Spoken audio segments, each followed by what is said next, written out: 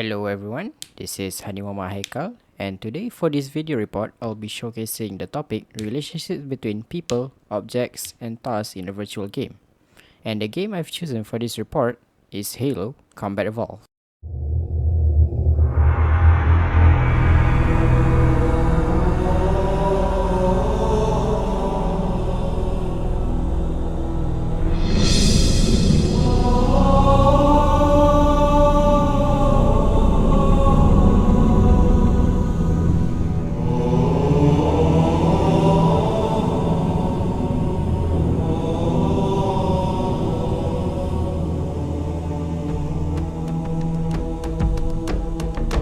Halo Combat Evolved is a 2001 first-person shooter developed by Bungie Studios and published by Microsoft for the Xbox, although it eventually got a PC release in 2003 and later in 2020 with the Master Chief Collection, which is the version I'm playing for this report.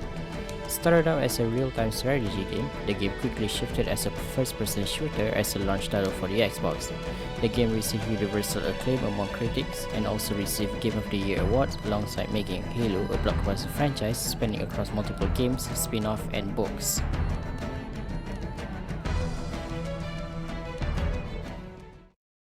After crash landed on a ring world called Halo, Master Chief was tasked in protecting an AI construct called Cortana from being captured by the alien forces called the Covenant.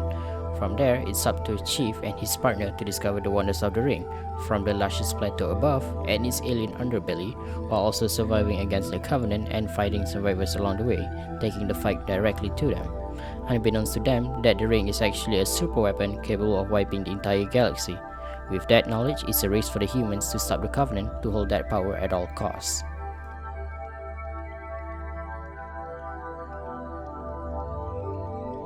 For this part, I'll be using the components of the virtual environment experience from lecture 8 of this class as a guide to analyze this virtual environment experience.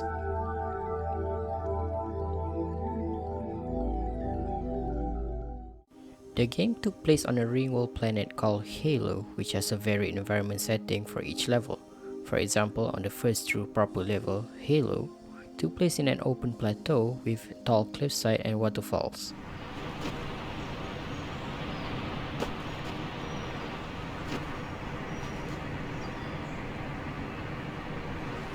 The second level, Truth and Reconciliation, took place by a mesa below a giant alien ship at night.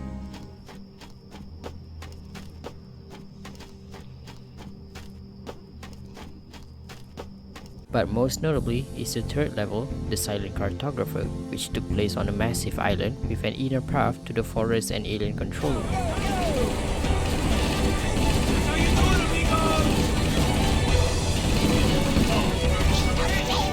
For a 2001 game, the environment is very immersive and varied, so it won't get still for players. It also conveyed a sense of openness and wonder perfectly. The environment is also enhanced with a convincing soundscapes.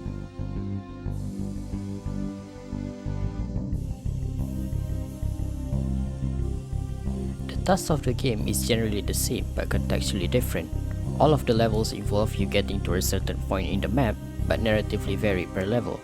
In the opening level, you are tasked to get to an escape pod to escape the crashing ship. Oh no! Oh no! Now would be a very good time to leave. In the second level, you are required to go to 3 points in the huge map to rescue survivors, with a combat situation in those 3 points, defending both you and the survivors until evac arrives. And in Silent Cartographer, finding a mad room on the map but is blocked by a security door, requiring you to backtrack to another point to the security room to unlock the door.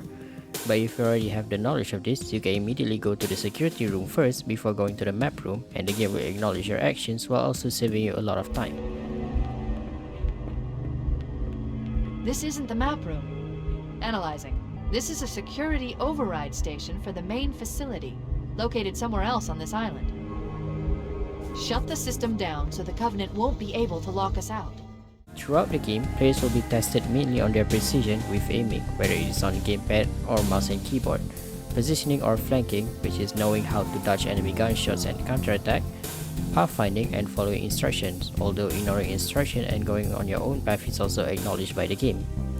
Overall, a solid learning experience, especially for anyone who wants to get into first-person shooters.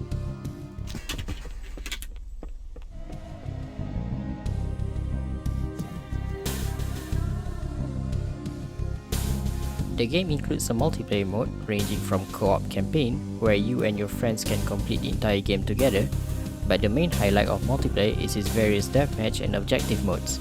In the Master Chief Collection, there is a matchmaking system in place where you will be matched with a similar skilled player before each match to either work together in objective modes like Capture the Flag, where players need to bring the enemy's team flag to your base, King of the Hill, where you hold out a point for a certain amount of time, or the classic deathmatch mode called Slayers. Players are put into a map searching for power weapons to reach a certain number of kills before the enemy team does. The maps are well designed and also teach the players the core fundamentals that were discussed in the task section. Overall, this mode is a perfect blend of strategy, chaos, and all-out fun.